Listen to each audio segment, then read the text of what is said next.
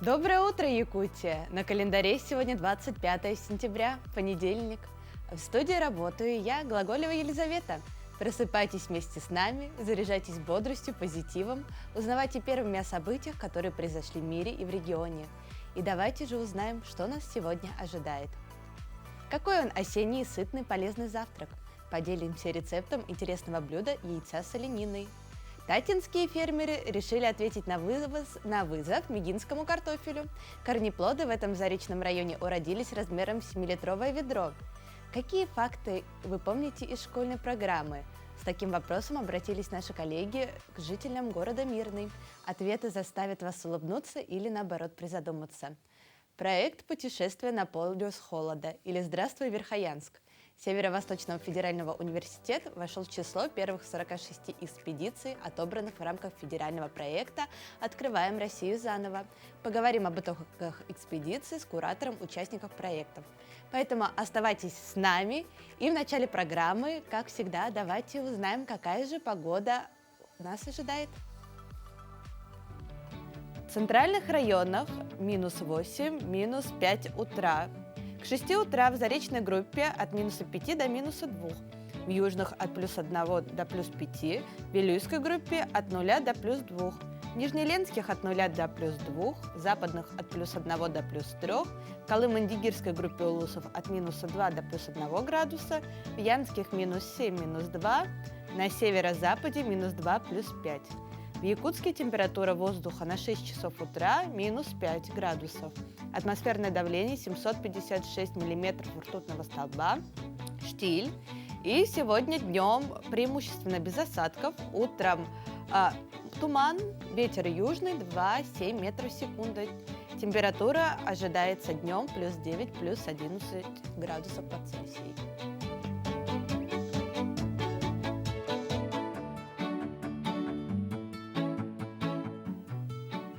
Ну а утренняя зарядка позволяет легче нам проснуться и настроиться на работу. Она способна заряжать тело энергией, улучшать кровообращение и общий иммунитет, положительно влияет на мускулатуру и суставы. Чтобы получить больше пользы от утренней гимнастики, не забывайте делать ее регулярно. Доброе утро, дорогие телезрители! Меня зовут Валерия Олесова, и я являюсь абсолютной победительницей игры Манчары по якутским прыжкам. Сегодня я вам покажу несколько базовых упражнений, чтобы быть всегда бодрым и держать свое тело в тонусе. Первое упражнение. Исходное положение, ноги врозь, руки на пояс. Выполняем круговые вращения головой. Начали. 1, 2, 3, 4.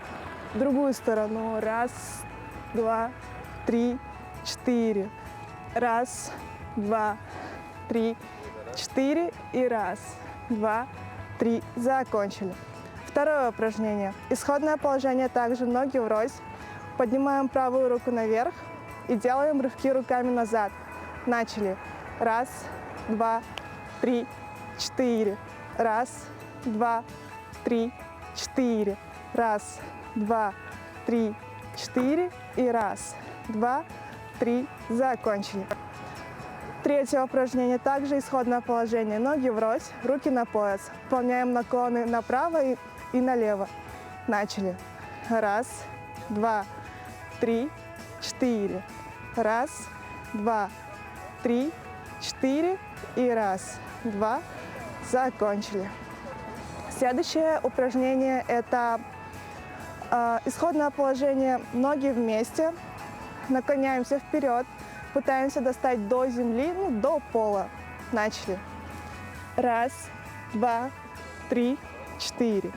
1, 2, 3, 4. 1, 2, 3, 4 и 1, 2, 3. Закончили. Следующее упражнение – это у нас будут выпады вперед правой и левой ногой. Начали. 1, 2, 3, 4. 1, 2, 3, 4. Закончили. На этом, дорогие телезрители, я с вами прощаюсь и желаю вам отличного дня. Пока!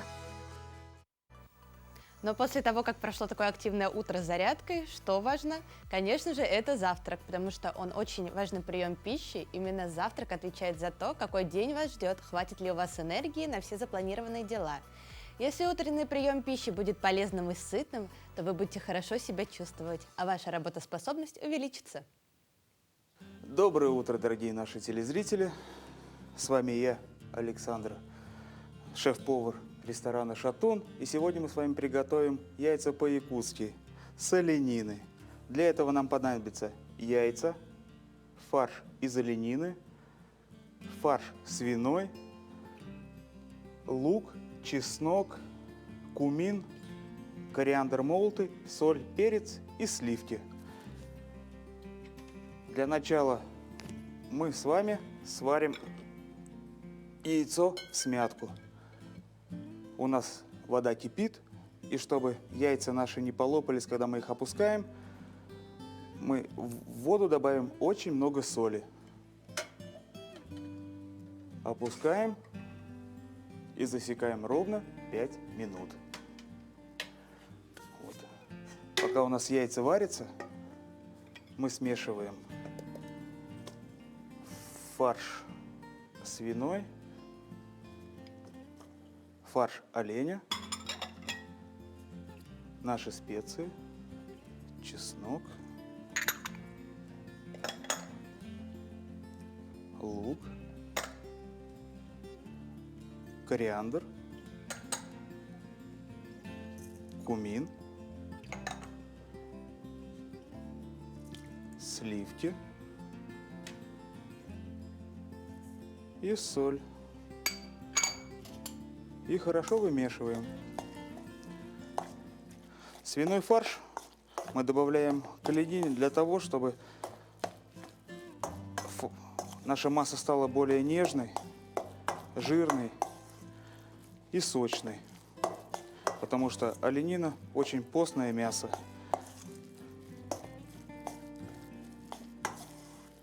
Все. Перемешали. Так, все. 5 минут прошло. И теперь наши яйца опускаем сразу в ледяную воду.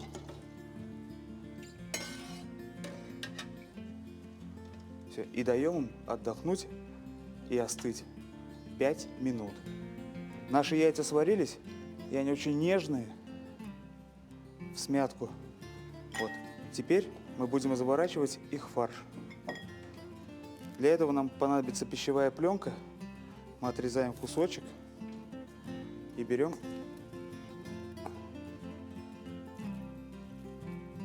укладываем ее на пищевую пленку.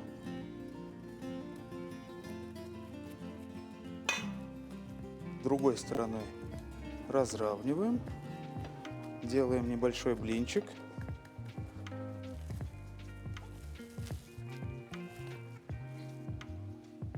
И укладываем яйцо. Опа. Теперь аккуратно, сильно не нажимая,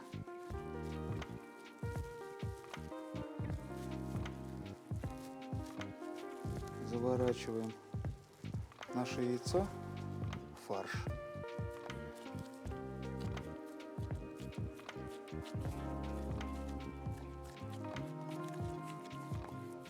Придаем форму яйца,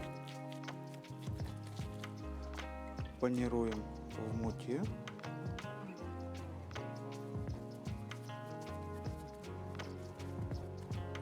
В яйце.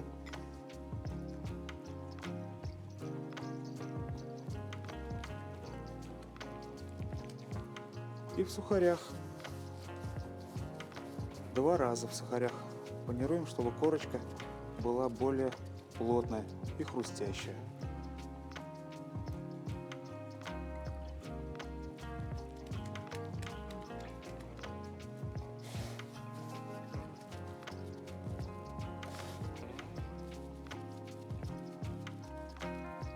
Все, запанированные наши яйца мы укладываем в сетку для жарки во фритюре.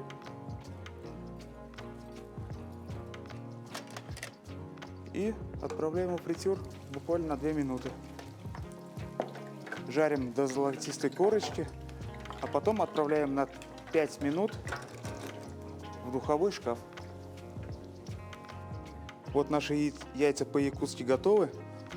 Теперь давайте разрежем и посмотрим, что у них внутри. Вот такая красота у нас получается. Приятного аппетита!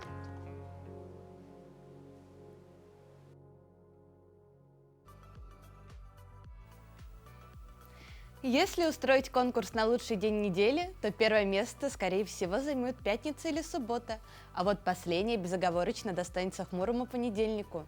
Никто не любит его, ведь после тяжелых выходных возвращаться в офис или снова браться за рутинные будничные дела очень сложно.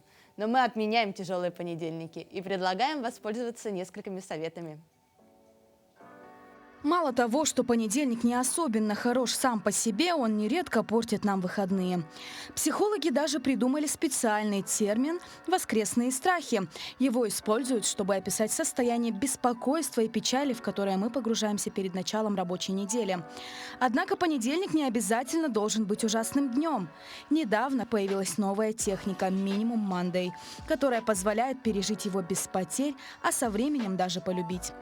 Итак, как должен выглядеть понедельник на минималках? Идея концепции заключается в том, что в понедельник ты позволяешь выполнять себе только те задачи, которые точно нельзя отложить. Иными словами, не обязательно реагировать на все электронные письма. Выбери лишь те, которые завтра могут превратиться в тыкву, если на них не ответить. В результате твой первый рабочий день после воскресенья превратится в своеобразный компромисс. С одной стороны, ты не сидишь без дела, с другой стороны, не чувствуешь себя к вечеру измотанной и опустошенной. Лови дополнительный бонус. Ты получишь достаточное количество времени на по-настоящему важные и актуальные задачи, отложив все остальные. Что делать, если минимальный понедельник тебе не подходит, потому что абсолютно все дела срочные?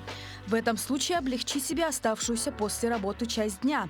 Купи готовую еду, отложи мытье посуды, перенеси на другой день тренировку, не общайся с токсичными родственниками. Все это поможет тебе не выгореть к пятнице. Еще 5 способов облегчить понедельник. Запланируй на понедельник что-нибудь приятное. Не обязательно устраивать масштабное мероприятие вроде похода в театр. Иногда достаточно просто купить свое самое любимое пирожное на завтрак. Реже заходи в соцсети. Слишком много людей по понедельникам плачутся в них о том, как тяжело дается им первый рабочий день недели. Напоминай себе о приятных событиях в будущем. Например, всего-то через 4 дня наступит пятница, а сам понедельник так и вовсе закончится уже завтра. Напомни себе, что любишь свою работу. Если вдруг никакого восторга она не вызывает, то просто подумай о том, что жить на пособие по безработице было бы еще печальнее. Живи по графику. Рутина облегчает жизнь, так что спланируй день. Реши, когда и что будешь делать. И не забудь заложить на каждое дело время по максимуму. Пункт «Уберу квартиру», на который выделен только 1 час, только погрузит тебя в уныние при попытке воплотить его в жизнь. Любите каждый день, не любите себя и проживайте каждый день, как в первый и последний раз.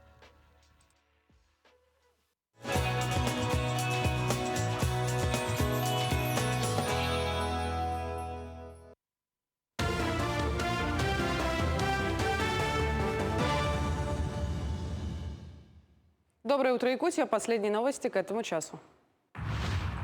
Глава Роспотребнадзора Анна Попова сообщила, что необходимости вводить масочный режим по всей России из-за коронавируса нет. В связи с увеличением количества заболевших от ковида за прошедшую неделю некоторые регионы приняли решение ввести масочный режим в медицинских учреждениях. Однако заместитель президента Российской академии образования Геннадий Онищенко заявил, что текущий рост числа заболевших ковидом, ОРВИ или гриппом – естественный эпидемический процесс, поэтому масочный режим может вводиться точечно там, где это действительно необходимо. Участниками первого всероссийского педагогического диктанта в республике стали более 500 человек. Это педагоги, управленцы в сфере образования, студенты педколледжей и институтов. Всероссийская акция «Педагогический диктант» приурочена к 200-летию со дня рождения российского педагога Константина Ушинского и проводится в год педагога и наставника. Результаты станут известны после 20 октября. 26 сентября состоится большая прямая линия с главой республики Айсеном Николаевым, посвященная Дню государственности. Эфир будет транслирован на наших телеканалах «Якутия-24», НВК «Саха», радио «Тетим» и телеканала «Россия-24». Начало эфира в 19:00.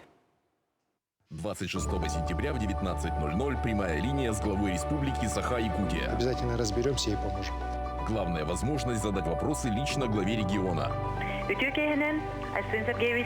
В прямом эфире телеканалов НВК Саха, Якутия-24, Россия-24, радио Тетим, радио России, Виктория Саха, СТВ Радио и в социальных сетях Айсена Николаева. И Россия, и наша республика развиваются. Вопросы заранее можно отправить на сайт «Столетия Якутии» и в чат-бот в Телеграм. Вопрос главе Якутии, _бот. В зоне зрителей телеканала «Якутия-24» ожидает еще больше новых проектов. С началом нового телесезона стартовал проект «Городские девчата». В год труда в республике мы не раз рассказывали о профессиях. Но в этот раз «Городские девчата» знакомятся с бытом и буднями работников СХПК «Булугурская». В течение года на канале будет еще много различных проектов. Интеллектуальная игра «Вектор знаний», социально направленный проект для женщин «Я». Программы консультации по финансовой грамотности про деньги найдут своего зрителя. В этом году мы продолжим полюбившиеся зрителям проект «Танцуй» и вокальный интерактивный конкурс «Вот это да».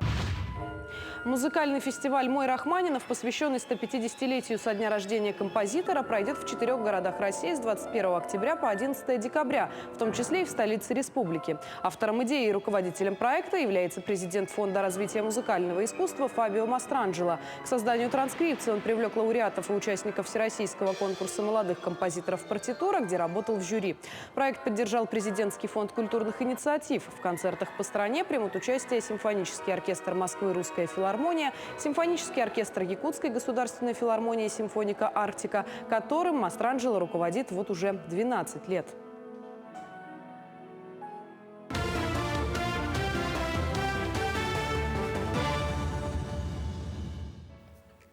Какие интересные факты вы помните из школьной программы?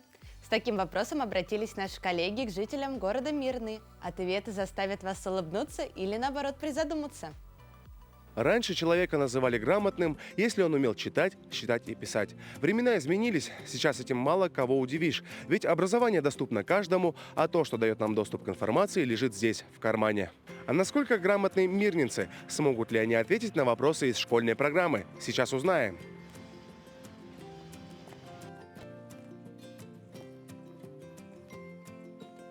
Читали ли вы «Войну и мир»? Нет. Может быть, знаете, сколько было там томов, хоть и не читали? Не знаю, я думаю, что 2 или, может быть, 3. Но точно не 1. 2. Нет? Вы 2 прочитали? Нет, там 2 же тома, нет? 1 том. 1 том? Да. Было 4. 4, да. А кто написал? Толстой Лев. А вы читали? Ну, давно уже, по школе еще. Примерный сюжет знаете? Я уже не помню, но, конечно же, про любовь, как и везде.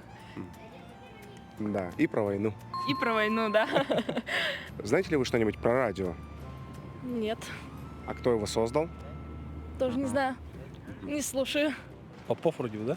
Да, совершенно верно. А что знаете вообще, в каком году, как это было? В каком году точно не могу сказать. Но это же все в программе школы. Наверное, Никола Тесла и потом что-то связано с Поповым. Кто был первым президентом России? Ельцин. Совершенно верно. Ура! Медведев. Путин. Ельцин. А в каком году он стал президентом?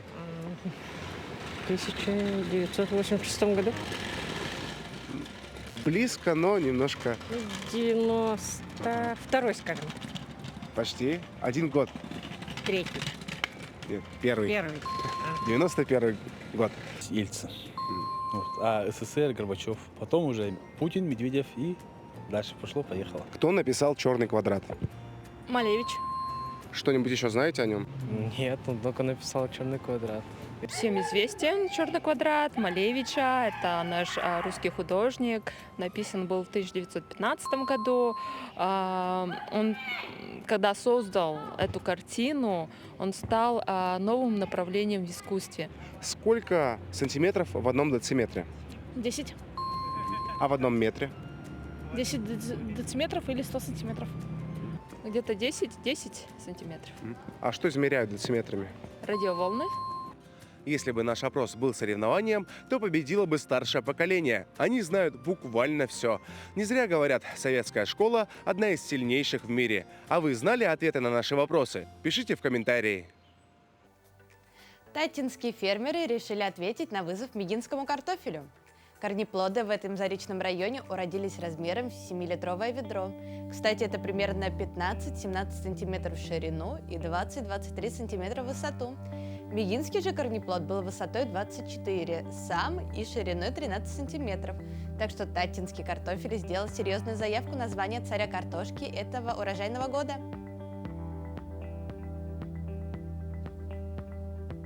Краса берез, солнечные блики, нежные краски осени никого не оставят равнодушными. Предлагаем посмотреть сюжет амгинца Николая Стручкова, который делится своим творчеством, показывая яркий и красочный мир якутской осени.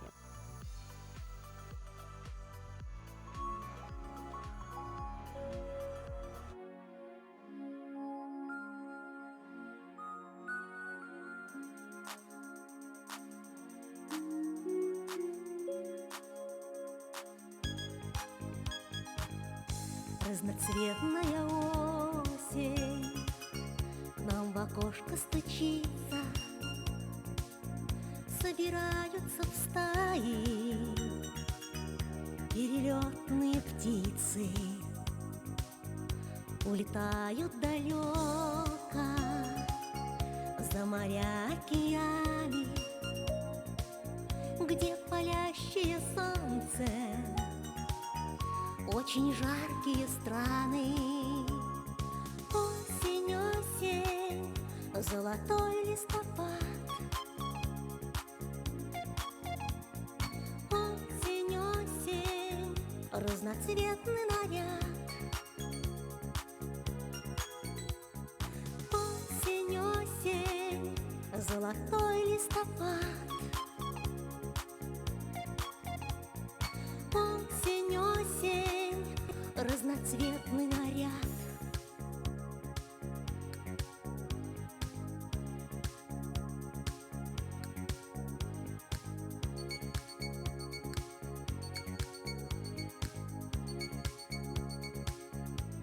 Осенние листья словно в танце кружатся и ковром разноцветным на землю ложатся. Разноцветная осень, нам другого не нужно. Осень — это прекрасно и немножечко грустно. Осень, осень, золотой листопад. Осень, осень, разноцветный наряд.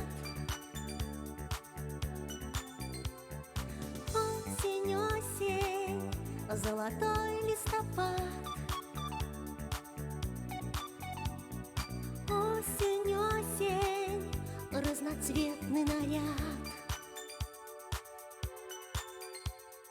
Осень, осень, золотой листопад. Осень, осень, разноцветный наряд. Осень, осень, золотой листопад. Осень, осень, разноцветный наряд.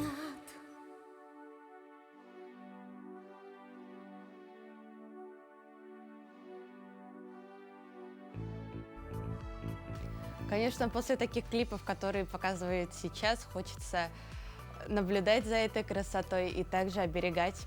Кстати, по программе проведения экологической акции «Оберегай природу» Верхневилюйск посетила команда экологического центра «Алроса». Встреча с ними прошла в школе номер 4 Дмитрия Спиридонова. С подробностями Виктория Золотарева. Заместитель гендиректора «Алроса» Дьячковский. Ведущий инженер по охране окружающей среды Евгений Никитин провел классный час на тему экологической сознательности и познавательную викторину для учеников 9-10 классов школы номер 4 имени Дмитрия Спиридонова в Верхневилюйске. Она направлена в целях популяризации и просвещения по вопросам экологии для подрастающего поколения. В рамках этой акции мы провели классный час, рассказали об работе экологов нашей компании, какие есть природоохранные мероприятия, подарили сувенирную продукцию и переносные мини-лаборатории для того, чтобы дети совместно с учителями могли делать различные исследования. Дети слушали внимательно и с интересом, принимали активное участие в беседе, им всем вручили памятные подарки. Также ребятам показали мультфильмы из книги «Колодец сказок», герои которых рассказали, как важно беречь природу. Сегодня нам рассказали очень познавательное видео, показали про природу, как нужно ее охранять, как ее оберегать, не портить природу и собирать мусор. Самая большая рыба в океане – китовая акула, белая акула или кит? Эта акция нашла положительный отклик не только среди школьников, участников, но и среди жителей других сел. И наблюдая, как дети занимаются субботником на территории реки Вилюй, берега реки Вилюй, они тоже взрослые, тоже подключаются к этой акции. После классного часа все участники акции выехали на совместную уборку берега реки Вилюй. Весь собранный мусор сразу вывозится на полигон. Так ребята участвуют в добром деле по сохранению экологии родного Улуса. Акция экологического центра «Алроса» помогает подрастающему поколению бережно относиться к природе, любить и уважать свой край. Валерия Золотарева, Александр Адамов, Верхневилюйск. Ну а сентябрь и начало октября считаются бархатным сезоном, и по праву он считается лучшим временем для отдыха. Но ежегодно путешественники не получают пункта прилета в десятки миллионов чемоданов. И хотя для отдельного туриста вероятность лишиться багажа невелика, если это случилось именно с вами, вряд ли вас это утешит. Наша рубрика «Совета юриста» разбирается, что делать в случае, если на ленте транспорта так и не появился ваш долгожданный чемодан. Здравствуйте, дорогие телезрители! Сегодня мы поговорим о утере багажа. Что же делать именно при авиаперевозке? Итак, вы вышли в зону получения багажа и оказалось, что вашего чемодана нет. Что же делать? Никуда не уходите. Находим сразу уполномоченного представителя авиаперевозчика. Это, как правило, служба, которая занимается розыском багажа. Пишем заявление о том, что багаж не прибыл, что его нет, чтобы вы начали разыскивать. Здесь есть свои особенности. Во-первых, нужно обязательно приложить все документы. То есть это подтверждающие документы, что это ваш багаж, копия вашего паспорта, копия вашего посадочного талона и копия квитанции на багаж. То есть такая отрывная бирка, она у вас обязательно должна быть, вы ее должны сохранить до момента получения багажа, чтобы подтвердить, что это именно ваш багаж. И содержание, что же было в чемодане. Да, все описали, что там ничего страшного не было. Вроде бы все просто, все хорошо, далее вы должны разыскивать. Чуть подробнее расскажем. Что делать, если багаж не прибыл из-за границы? Здесь есть свои особенности. То есть это не сопровожденный багаж, то есть он проходит таможню, это очень важно. Здесь вы обязательно должны заполнить таможенную декларацию. Если вы ее не заполните, то из-за границы ваш багаж просто не смогут вывезти. Поэтому обязательно полностью заполняйте, также указывайте все подтверждающие документы, которые вам выдали. Откуда летели, куда летели, какие у вас документы, то есть посадочный талон, номер рейса, все подробно указываем, номер квитанции, можно копию бирки, да, приложить, если есть такая возможность. Все указали, и уже начинается розыск багажа. Розыск багажа длится 21 день. Спустя 21 день вам безвозмездно должны привезти багаж. И либо по адресу, где вы проживаете, либо в аэропорт, где вы можете его получить, либо в аэропорт, куда вы прилетели, да, соответственно, в течение этого срока, если вы там будете находиться, то можете в этот авиапорт приехать. Никакие расходы с вас не взимаются, потому что это обязанность авиаперевозчика ваш багаж доставить до места. Далее, если в течение 21 дня ваш багаж не найден, конечно, ситуация плачевная, особенно если вы летели в отпуск, к сожалению, такое бывает. Заполняем уже, соответственно, прикладывая заявление о том, что был розыск, обращаемся, почему по истечении установленного срока ничего не нашли, вам какой-то ответ предоставят, там он отсутствует, он пропал, там нет информации, какой-то ответ, почему же по истечению установленного законом срока никто ничего не сообщил. Да? Далее, Что у нас по возмещению? Возмещается, получается, у нас 600 рублей за 1 килограмм багажа. Это багаж, который у нас передвигается по территории Российской Федерации. И далее у нас по конвенции там получается порядка 1288 единиц за килограмм багажа. То есть это уже, если это международный рейс, у вас потеряли багаж, вот такая компенсация. Но это не все. Это закон, действует закон о защите прав потребителя, то есть вы имеете право на взыскание компенсации морального вреда. То есть приехали в отпуск, остались без вещей, без купальника, без техники, без рабочих документов, все это указали, что это все было утеряно, что все это брали с собой, и, соответственно, вам какой моральный вред доставлен. То есть обосновывайте обязательно сумму, что вам вот столько-то пришлось потратить, что вы пропустили там важные совещания, потому что не было ноутбука, да, с документами и тому подобное. Все это расписываете подробно в претензии, и если в добровольном порядке вам это не возмещают, это тоже еще один штраф налагается, да, вы обращаетесь в судебном порядке за взысканием, получается, стоимости багажа, за взысканием компенсации морального вреда, ну и штрафных санкций за неисполнение в добровольном порядке. Желаем вам хорошего отдыха, ну и чтобы всегда ваш багаж был с вами. Ну а сегодня мы поговорим с вами о телефонном этикете. В наше время мало кто представляет свою жизнь без мобильного телефона. Он стал частью нашей жизни. Чтобы мобильные устройства не мешали, а помогали нашей жизни, нужно знать и соблюдать правила телефонного этикета. Верхом невоспитанности есть отвлечение во время разговора на свои часы, смартфон или записную книжку. Даже если вы устали и вам скучно, не показывайте этого. Не менее важно, чем умение хорошо говорить, умение с интересом слушать. Именно оно делает человека отличным собеседником и отличает человека из хорошего общества. Не листайте чужую галерею на смартфоне. Если вам дали чужой телефон посмотреть фотографию, не надо листать галерею дальше. Часто это автоматический жест, и все же. В лучшем случае вы увидите ряд неловких селфи и фото кота. В худшем даже не будем себе представлять. В процессе общения с кем-либо, не только с женщиной, молодой человек с хорошими манерами не должен скрещивать руки на груди или что-либо перебирать. Это признак неуважения к собеседнику. С изобретением мессенджеров живые звонки стали чем-то очень неприятным, что нужно использовать только в крайнем случае. Поэтому, если у вас не пожар и вы не служба безопасности банка, не стоит звонить людям без предупреждения. Когда вам действительно нужно поговорить, отправьте сообщение: «Могу ли я тебя набрать?».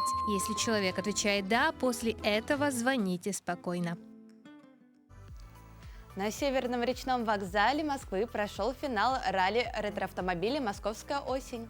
На этих кадрах гости мероприятия рассматривают раритетное авто, а участники гонок едут по дорогам Москвы.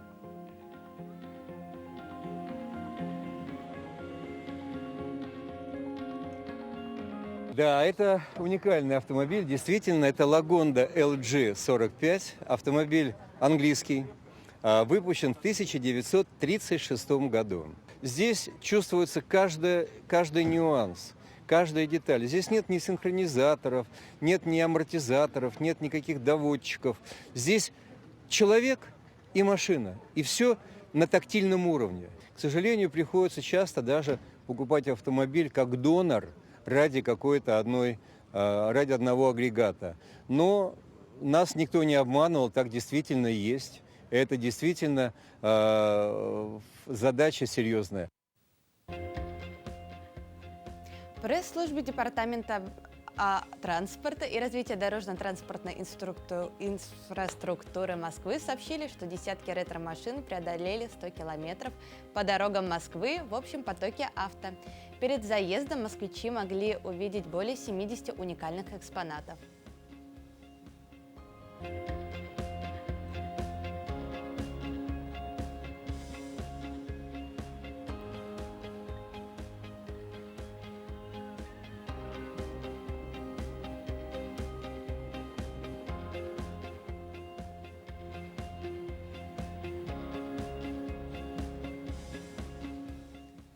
В рубрике «История вещей» сегодня расскажет об истории царской банкноты 100 рублей 1910 года. Многие обладатели этой красивой 100-рублевки считают, что она была выпущена во времена царствования Екатерины II. Этот государственный кредитный билет является одним из самых больших по размерам денежным знаком за всю историю существования бумажных денег в России. Сегодня я вам хочу рассказать о данной банкноте. Это 100 рублей 1910 года. На ней изображена императрица Екатерина. Вот. Это очень большая банкнота. Вот. И по размеру, и по денежной покупательности. Вот. В то время, в 1910 году, средняя зарплата у рабочего была 38 рублей, у фельдшера 25 рублей. Вот. У генерала оклад был 500 рублей. Вот.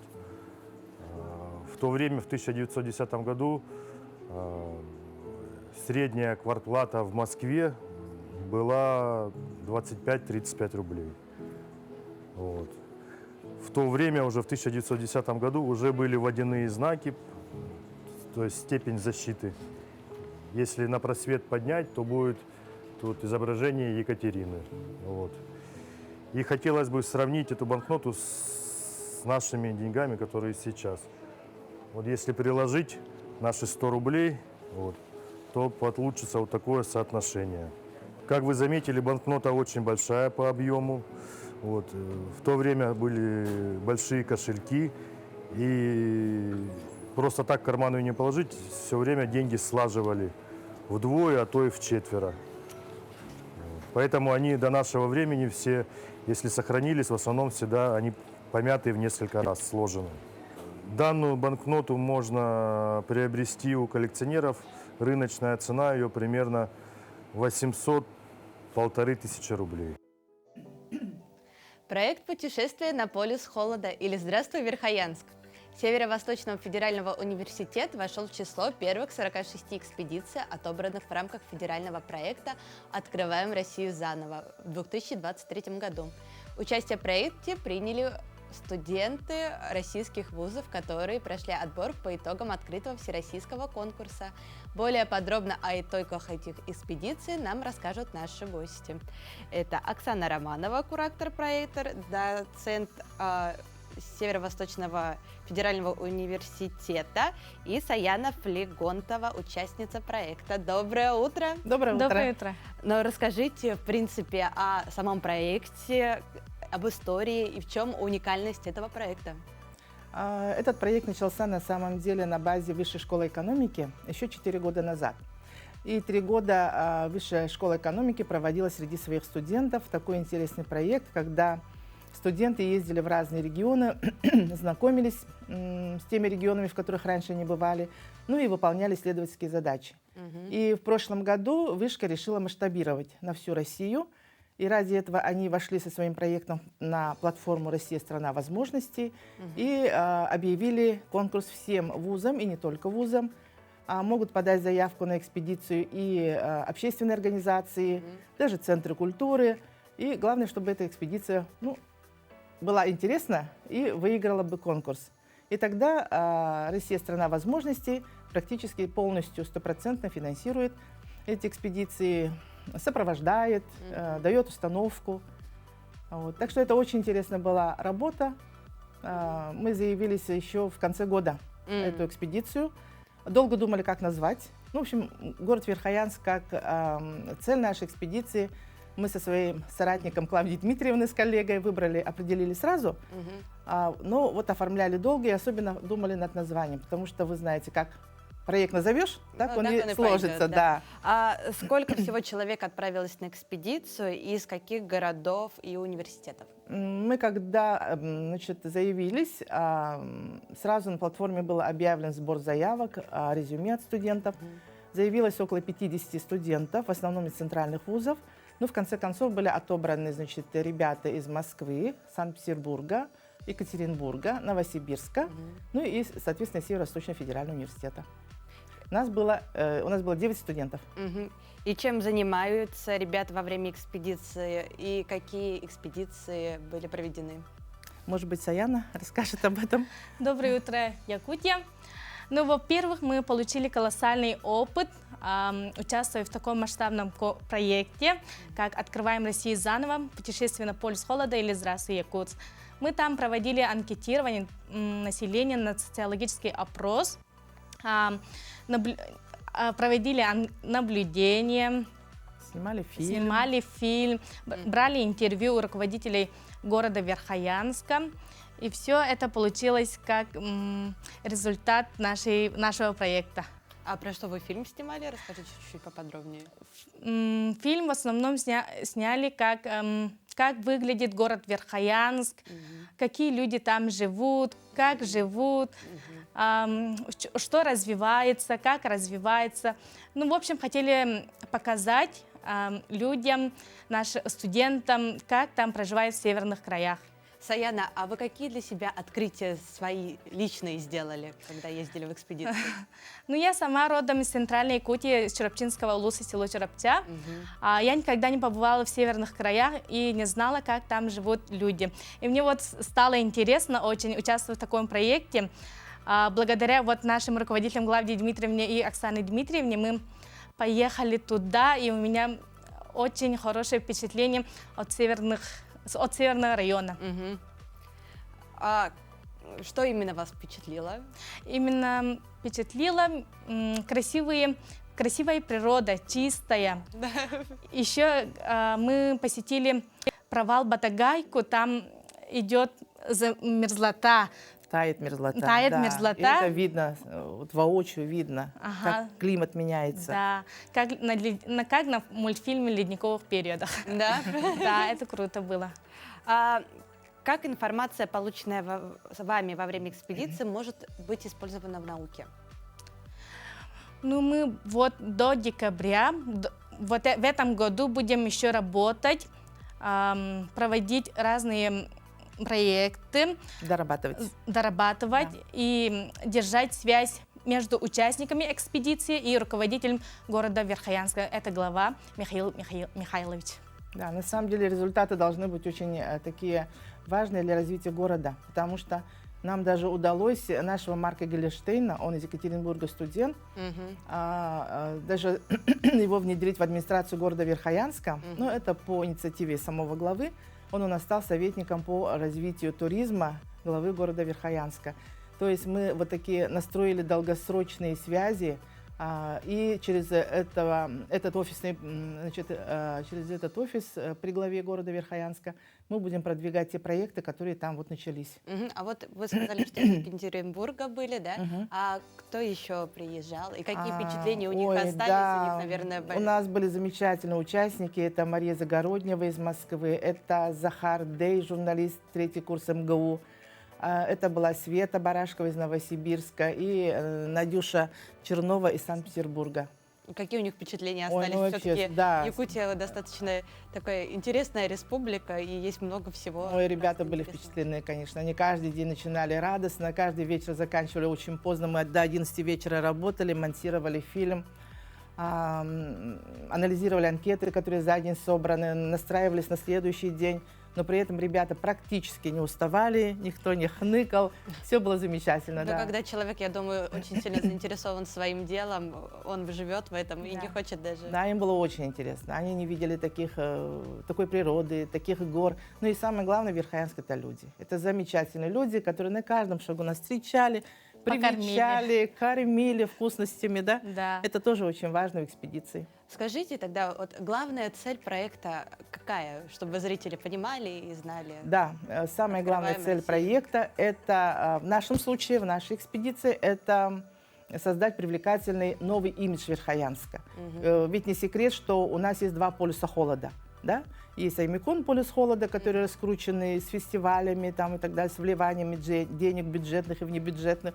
Есть Верхоянск, который немножко там вроде тоже реально зафиксированный полюс холода температурно в том поселении, где живут люди, и который вот этот бренд до сих пор не использовал, не раскрыл в свое развитие. Соответственно, ребята придумали новый бренд для Верхоянска, который теперь звучит как? самый холодный город мира. Да. Ничего себе.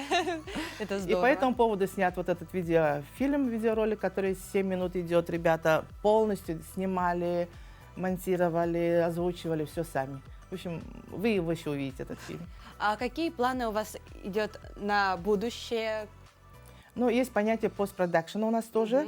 У нас в декабре будет итоговый форум в Москве, на котором мы должны будем презентовать вот эти результаты экспедиции, выйти на другой уровень брендирования Верхоянска. Вот это самое важное. Не сама экспедиция, да, а вот именно, чтобы город стал по-другому себя показывать в медийном пространстве, стал бы себя развивать в совершенно новых направлениях. А повторные экспедиции какие-нибудь будут? Или, может быть, куда-нибудь еще? Хотелось бы, но это очень сложно. Это очень сложно выиграть такую экспедицию ежегодно. СВФУ и так выигрывает второй год подряд.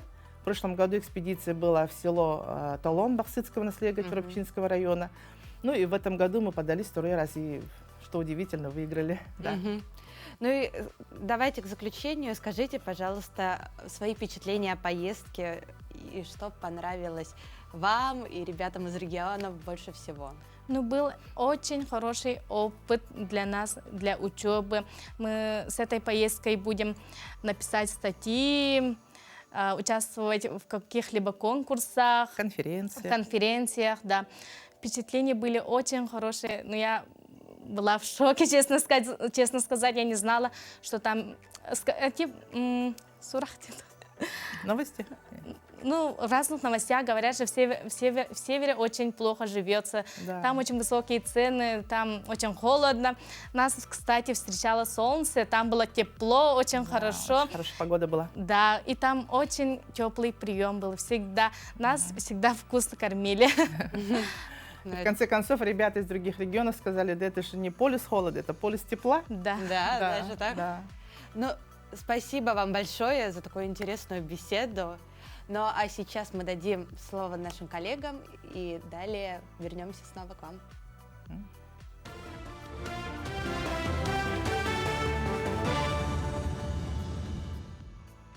Мы продолжаем освещать самые заметные события. Доброе утро. Работы по электрификации улиц Шанхай, Кобякова и Портовская завершили в селе Ликсюгюн Кобяйского района. Так, электроэнергией обеспечили 34 участка, в том числе 18 выделенных под строительство индивидуальных жилых домов для многодетных семей. Общий объем предусмотренных средств составляет более 2 миллионов рублей. Несколько лет назад был анонсирован проект строительства жилого микрорайона в квартале Р города Нерюнгри. Микрорайон должен был стать крупнейшим инфраструктурным проектом и настоящим украшением города. Но по ряду причин большая стройка сейчас приостановлена. Тем не менее, продолжаются работы на одном из участков квартала, где достраиваются 2 многоквартирных дома. Дома строятся по принципиально новой технологии, отличной от всех панельных жилых зданий Нерюнгри, с учетом территориальной и геологической особенности района. В Нерюнгри, значит, сейсмика существует, 8-бальная фоновая.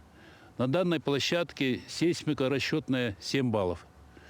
Поэтому, в отличие от тех конструкций, которые, вот, допустим, применяются в городе Якутске, здесь очень насыщенное армирование, так как приходится, значит, рассчитывать с учетом сейсмического воздействия. В каждом доме 63 квартиры, 18 квартир однокомнатных, 19 квартир двухкомнатных и 26 трехкомнатных. Значит, квартиры будут сдаваться с полной отделкой.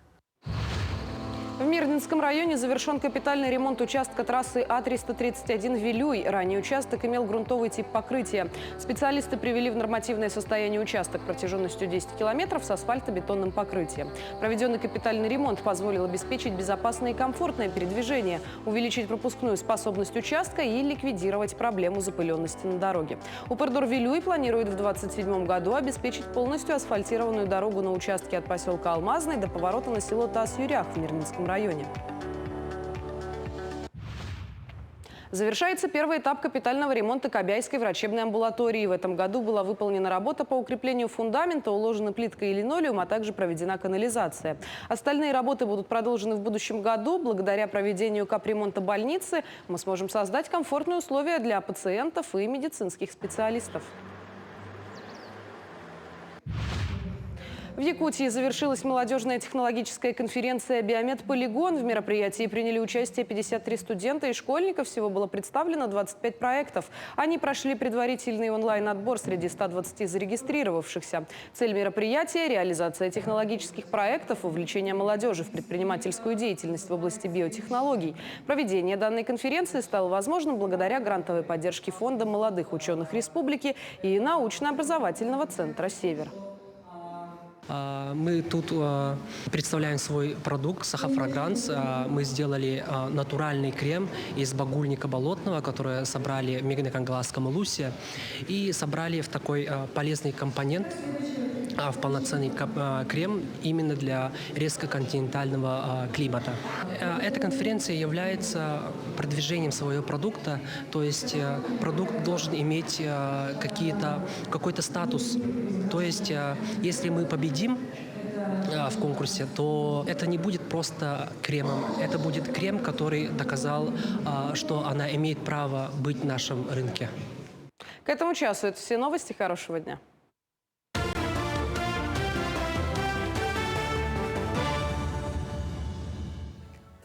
Доброе утро! В московском зоопарке панда Динь-Динь ни на шаг не отходит от новорожденного малыша и окружает ее невероятной заботой. Первые дни молодая мама-панда предпочитает не двигаться с места и даже почти не меняет позу. Все ее мысли направлены только на заботу о малыше. Сотрудник зоопарка помогает панде и кладут еду и воду ближе, чтобы Динь-Динь не переживала. Первый в истории России детеныш большой панды родился в московском зоопарке. 31 августа это знаменательное событие стало результатом трудов специалистов из Российской Федерации и Китая.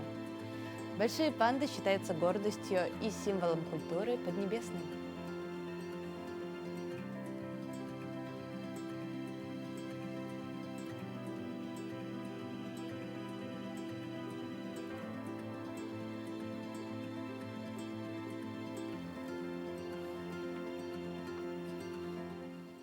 Ну и, конечно же, те, кто, может быть, проспал или не успел посмотреть, давайте я повторю, какая погода нас ожидает сегодня за окном.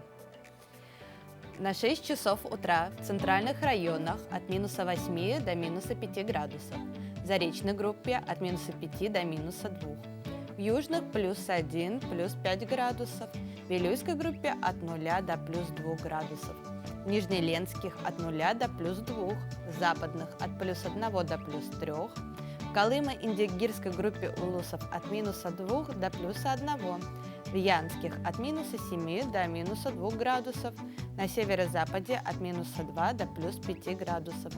В Якутске температура на 6 часов утра составляла -5 градусов, атмосферное давление 756 миллиметров ртутного столба. Штиль. Сегодня днем ожидается преимущественно без осадков.